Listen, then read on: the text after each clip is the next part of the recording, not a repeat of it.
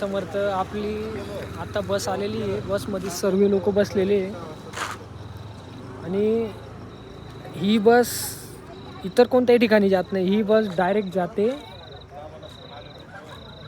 सांगा कुठं जाते.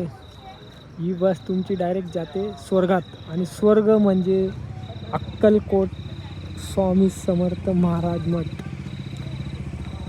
अक्कलकोटला बाबा असं कोणालाही बोलवत नाही, कारण की ज्याच्या नशिबात आहे अक्कलकोट, ज्यांना बाबा बोलवतो स्वामी, तेच अक्कलकोटला जाऊ शकतात. इतर कोणीही जाऊ शकत नाही. तुम्ही कितीही प्रयत्न करा, तुम्हाला कधी असं वाटत असेल की हां माझ्याकडे एवढे पैसे आहे, मी तर जाऊ शकतो, पण हे तुमच्या अजिबात खोटं आहे.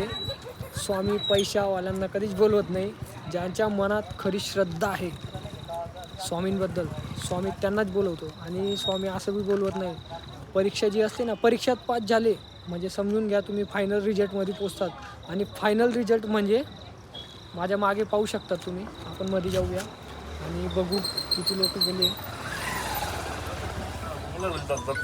श्री स्वामी समर्थ भाऊ. श्री स्वामी समर्थ. हां, किती लोक असतील टोटल आपल्या?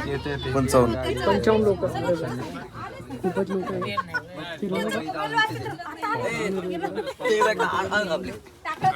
श्री स्वामी समर्थ ताई. श्री स्वामी समर्थ. श्री स्वामी समर्थ. हा बाबा बाबा श्री स्वामी समर्थ. श्री स्वामी समर्थ.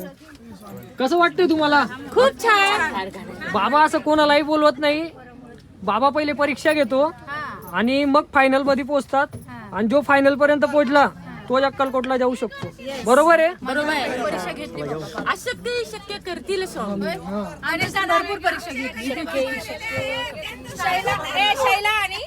शैला आणि ऐका ना, डोळस कोण आहे? डोळस ते आलेच नाही का? नाही, सॉरी, डोळस नाही. ते पण आहेत.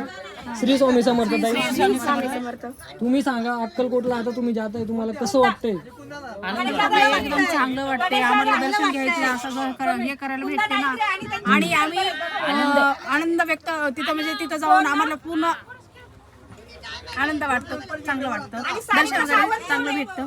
तुम्हाला काय खूप छान वाटते. खूप छान वाटते. तुमची डोळस आणि सावंत दोन मेंबर नाहीये बरं का मॅडम. पॉझिटिव्ह सानिका आणि डोळस मागे जाऊन